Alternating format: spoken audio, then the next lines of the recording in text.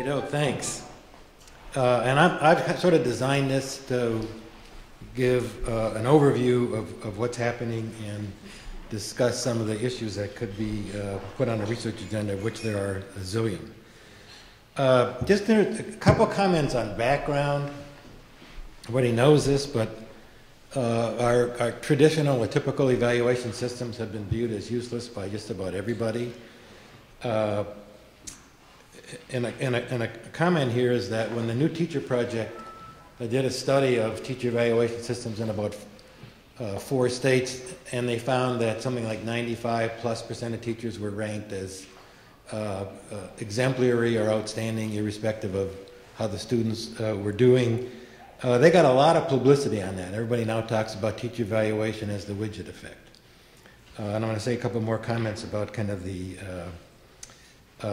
publicity that TNTP has been getting for their analyses. Tenure has been given in the past without much data. Tenure is structured by state law, and state laws, until recently, were ignored the kind of data that were evidence that would be needed to confer tenure. So tenure was basically given to anybody except if you were really problematic.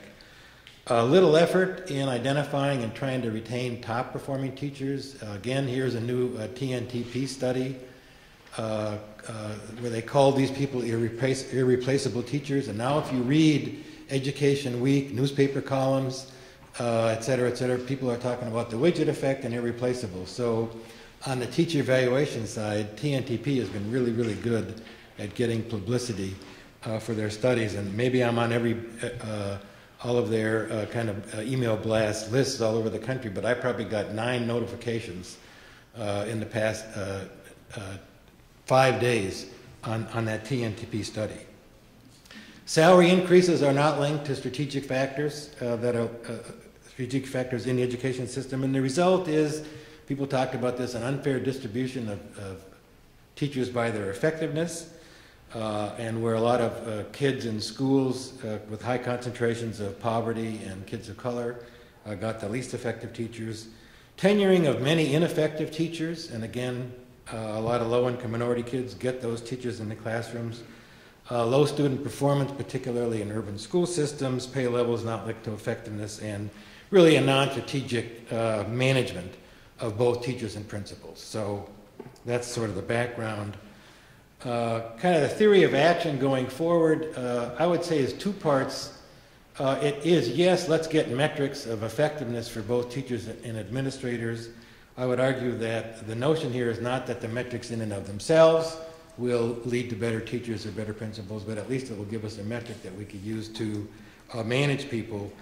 And that these metrics then need to be surrounded by a whole series of other kind of strategic human capital management initiatives, from recruitment to professional development to licensure to pay to promotion and dismissal.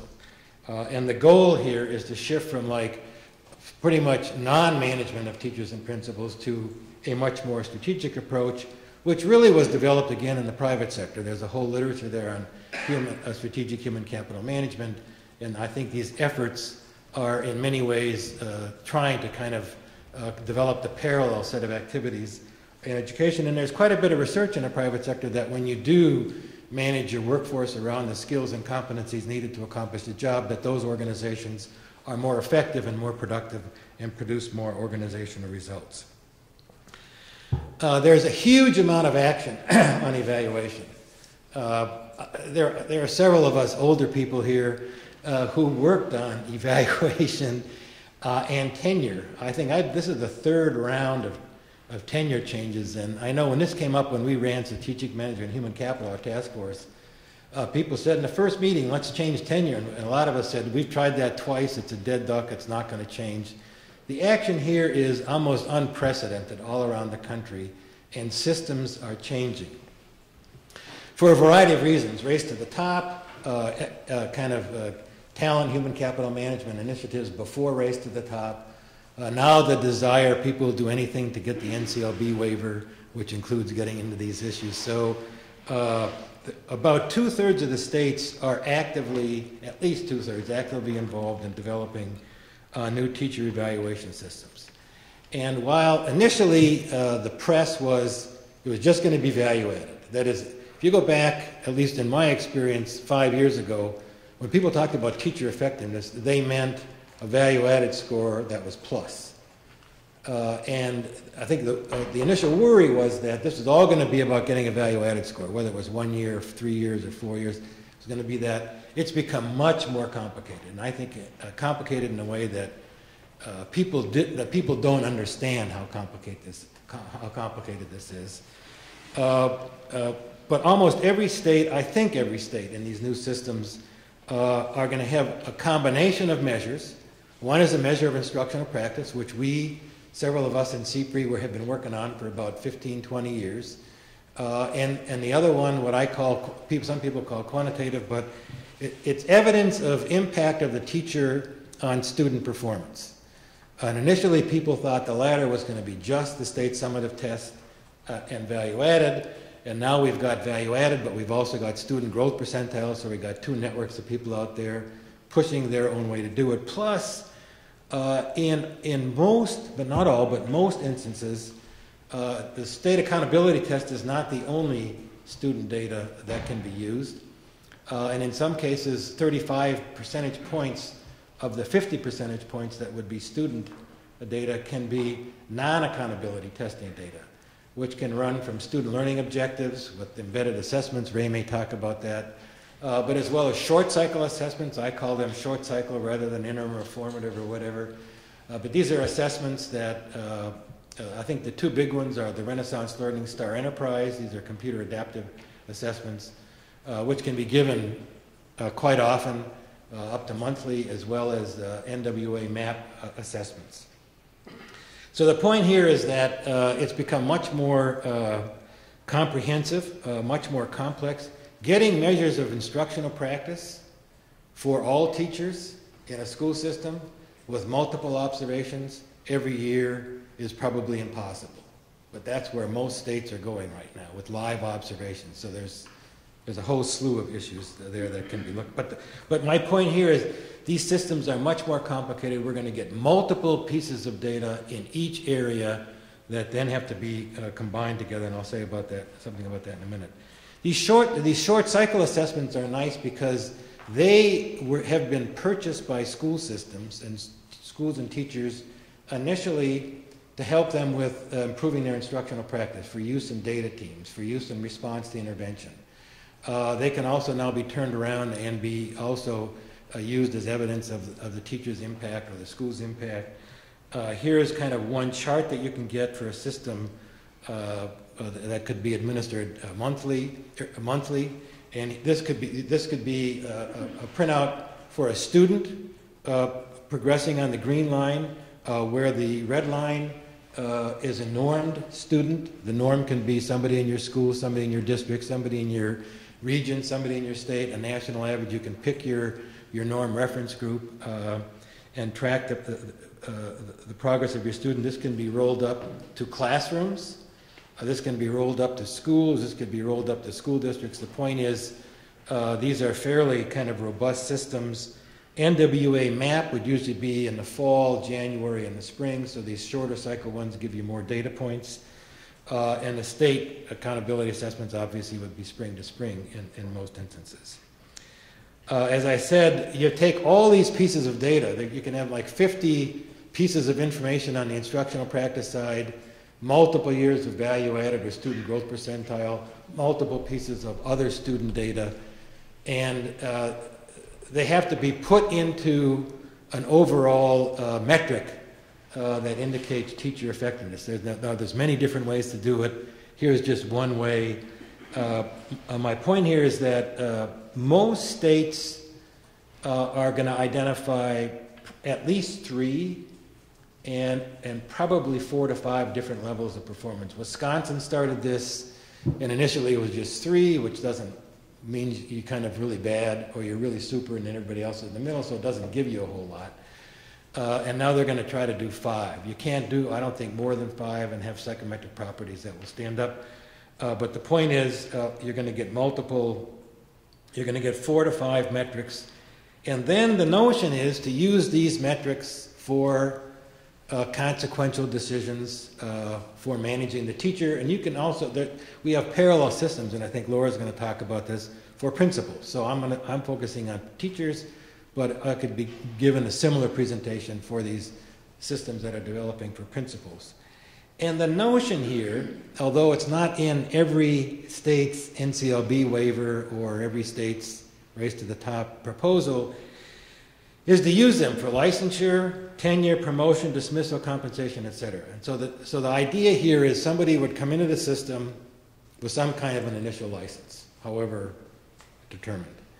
Then after multiple years, now, and if you want to get some stable student performance data, you need at least 3 years of data, probably 4, to get some stable metric there. Then a decision would be made to confer the professional license. Now let's say if you did it in the 4th year, most states require that districts provide teachers tenure in the 2nd or 3rd year. So you've got this mismatch between tenure and professional licensure. So the notion here, in Ohio State has done this, is you wait, you get the initial license, you go through this performance evaluation, hopefully not every year, but a couple of times. Then in order to get your professional license, you got to meet the standards of performance level 2. Then the tenure clock starts. And after 3 or 4 or 5 more years, and after going through a performance evaluation for maybe 1 or 2 times, if your practice meets the level of kind of standard 3, then you get tenure. So tenure, you have to be a better teacher than you are when you get your professional license.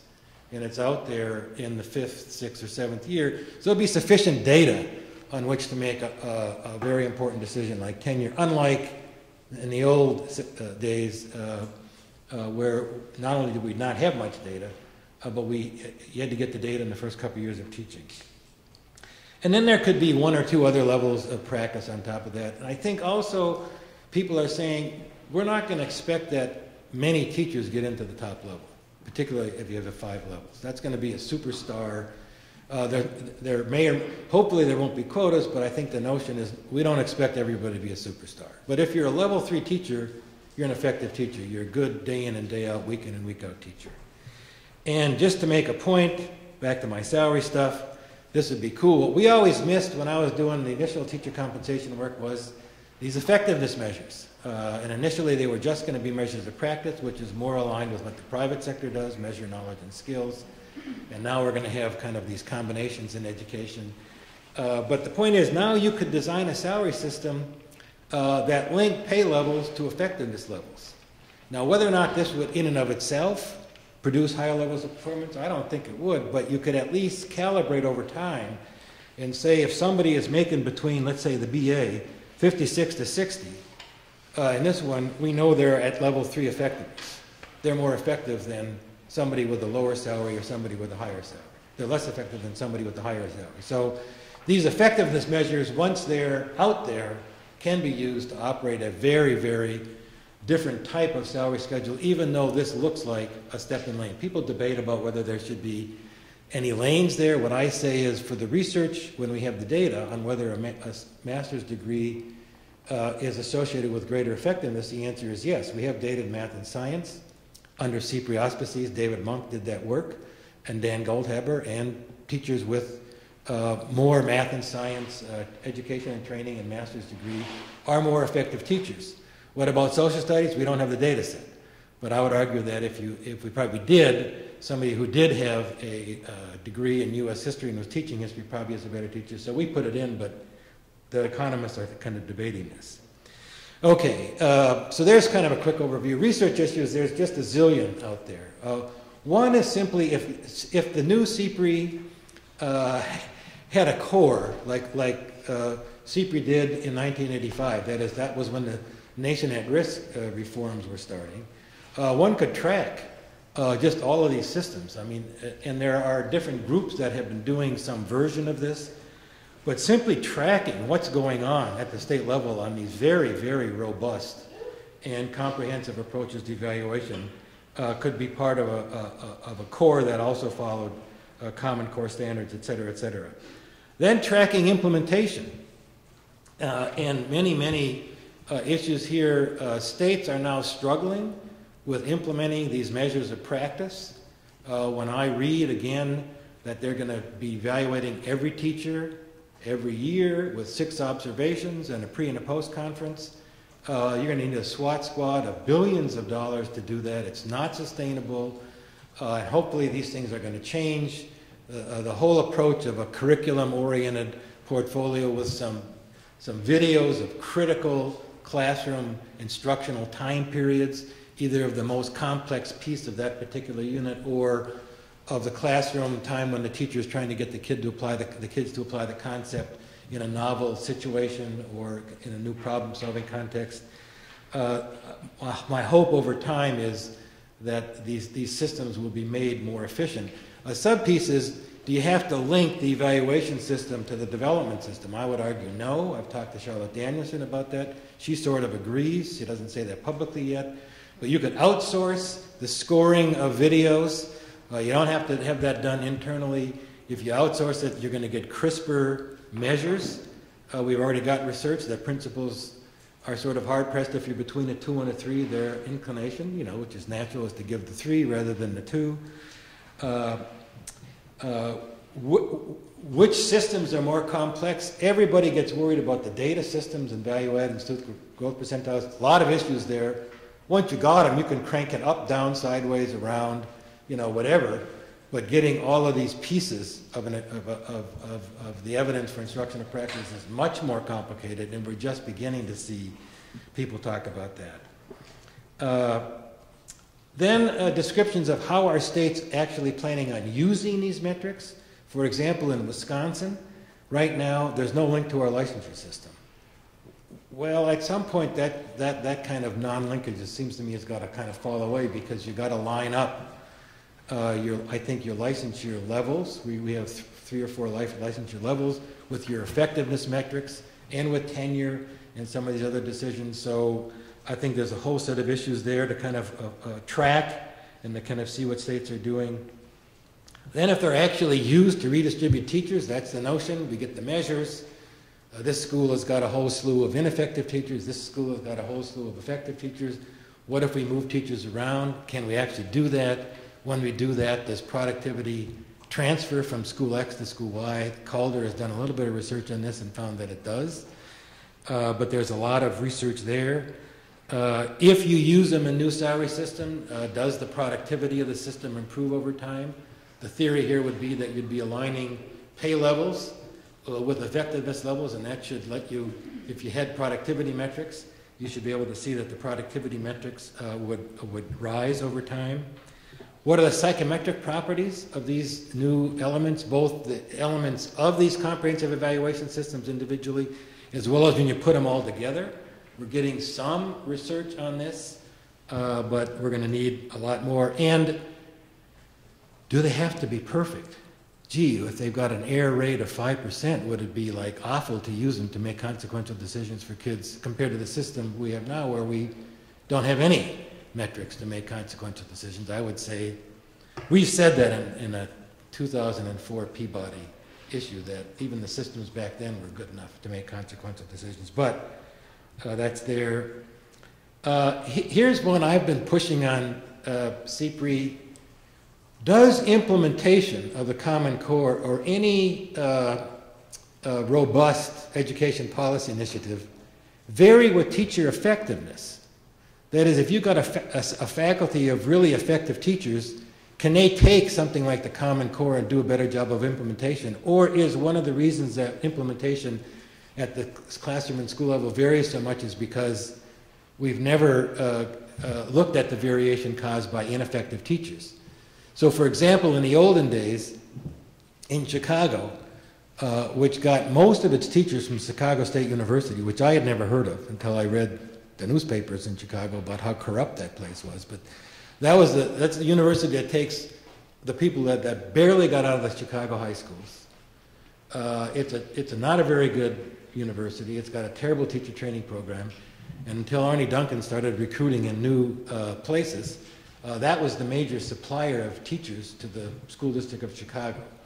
The University of Washington, D.C., which was similar, was the main supplier of teachers to the university, to the Washington, D.C. system. So no wonder implementation didn't go so well because you had a series, you had a faculty, large number of whom just weren't that good. So this would be a whole other wrinkle in implementation if we could actually see whether or not implementation of something like Common Core varied with teacher effectiveness. Then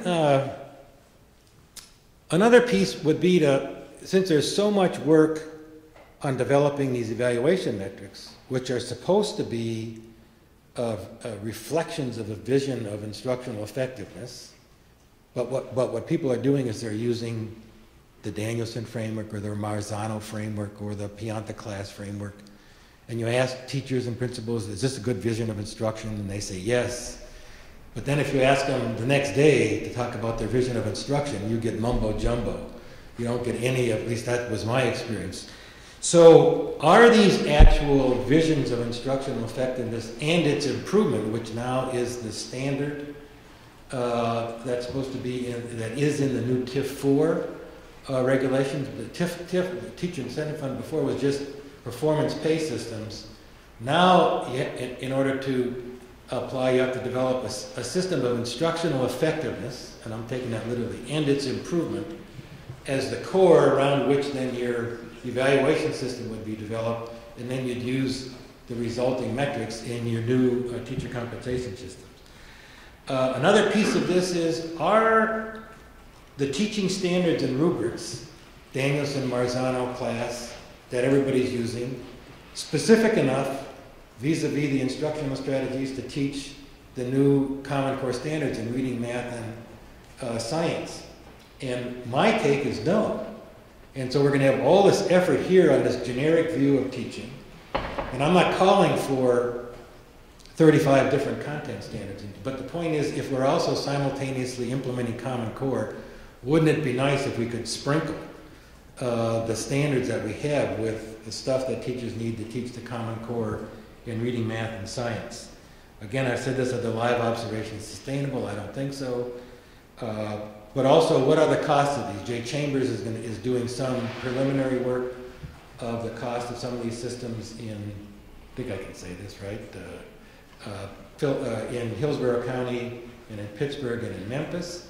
So we'll have some beginning information on that, but we need more cost work on these systems. And then to what degree and what's the evidence of replacing the live observations with videos? I mean, Ray can talk a lot more about that. He's convinced me that you can do edited videos and have them scored with one person and then do lots of random audits. It's much more efficient. But when I've tried to raise this with any state group, they're simply not listening at this point. But that's one way that and then once you've got the videos, you can turn it around like Teachscape is doing and have an online development platform, sort of also like Pianta has done with his class system. So that's a quick overview.